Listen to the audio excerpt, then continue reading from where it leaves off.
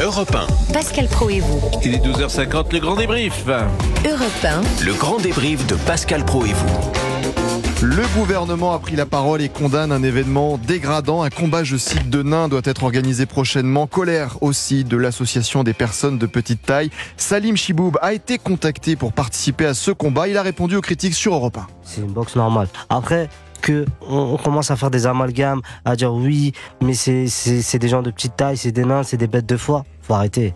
Un concept innovant pour notre invité qui insupporte Violette Vianney, présidente de l'association des personnes de petite taille. Là aussi, elle a réagi sur Europe 1 pendant l'émission. C'est complètement dégradant. Vous êtes aussi responsable quand on s'engage dans ce type d'activité du regard, par ailleurs, que des gens portent aux personnes de petite taille. Vous avez peut-être remarqué dans l'émission que Monsieur Boubouk avait changé de style vestimentaire. Son niveau de vie a apparemment augmenté.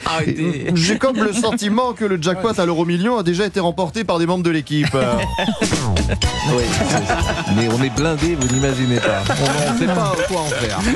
Et bien, dis donc, on apprend des choses. Et d'ailleurs, nous avons reçu un témoignage très surprenant de Serge au Standard d'Europe 1.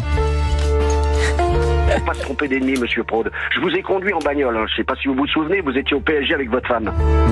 C'est quoi encore cette histoire de chauffeur? Quand ça, vous m'avez conduit Au PSG, un soir, vous aviez pas de taxi. Je suis venu vous voir. Ben oui. Mais je me souviens, effectivement, on avait été gentils. Ah oui, très sympa. Je vous ai déposé même à la station de taxi. Bien sûr, bien sûr. Là encore, il va falloir mener une enquête. Pourquoi Pascal est monté dans la voiture de Serge? Il est temps de rappeler l'inspecteur Boubouk. Et là qui voilà, inspecteur Boubouk.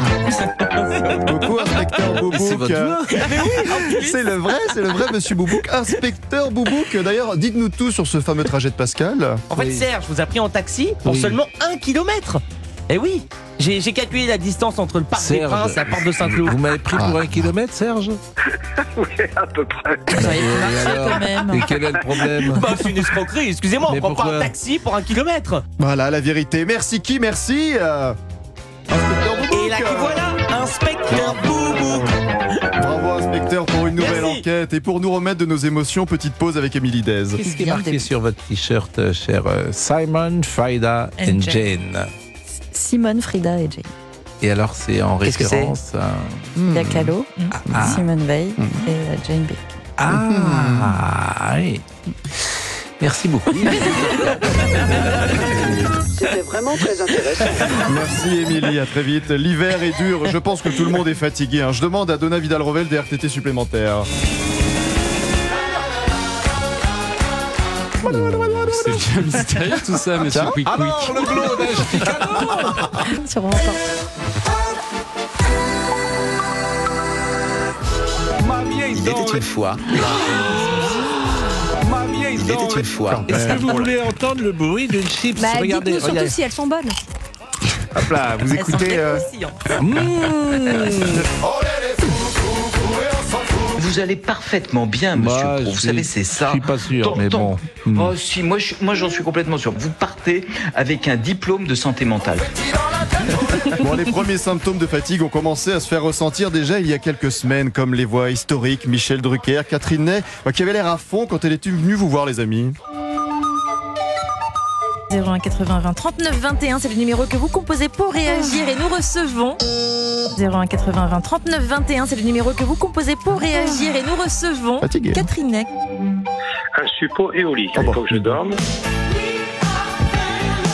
La bonne année, la bonne année. Fermez les fenêtres.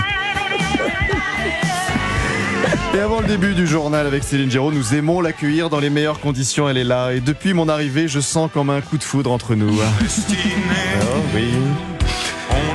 Oui, destiné à nous rencontrer. Et je le fais savoir à Céline à chaque fin de débrief.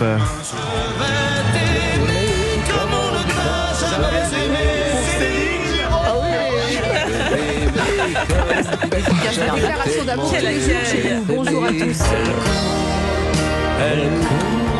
Ah oui, la maladie d'amour, et un concept nous est tout de suite venu à l'esprit. Ça, c'est un concept. On va vous faire une déclaration d'amour tous les jours en chanson. Oui, on va écrire des poèmes. Oui, bien sûr. Oui, nous sommes là pour vous, Céline, nous sommes vos serviteurs. Sans l'eau, la fleur meurt, sans vous, notre cœur pleure, Céline. Sœur, cette allégresse fait du bien dans cette période un peu tourmentée. Le temps s'arrête quand je vous écoute. C'est trop gentil. Il va être temps de faire un peu plus connaissance. Je n'ose vous demander votre âge, ça ne se fait pas. J'ai 65 ans, mais ça ne se voit pas. Bon, sur les âges, j'avoue qu'on ne donne pas les bonnes estimations. Par exemple, Pascal, mon âge. Il a 20 ans, c'est bien normal. Attendez, il va grandir, Laurent Tessier. Ah, c'est bien 20 ans. Et le débrief pour cette semaine, c'est terminé. On se quitte avec un nouveau message pour Céline.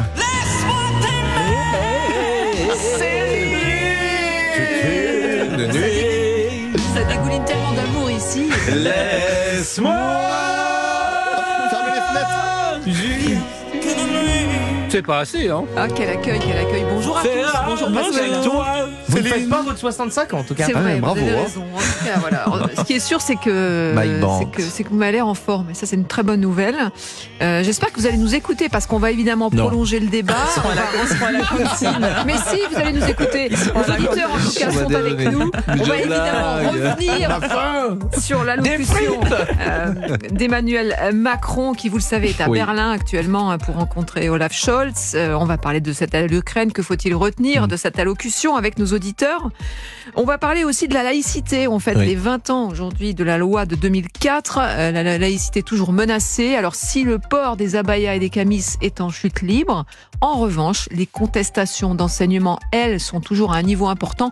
On détaillera tous les chiffres dans le journal.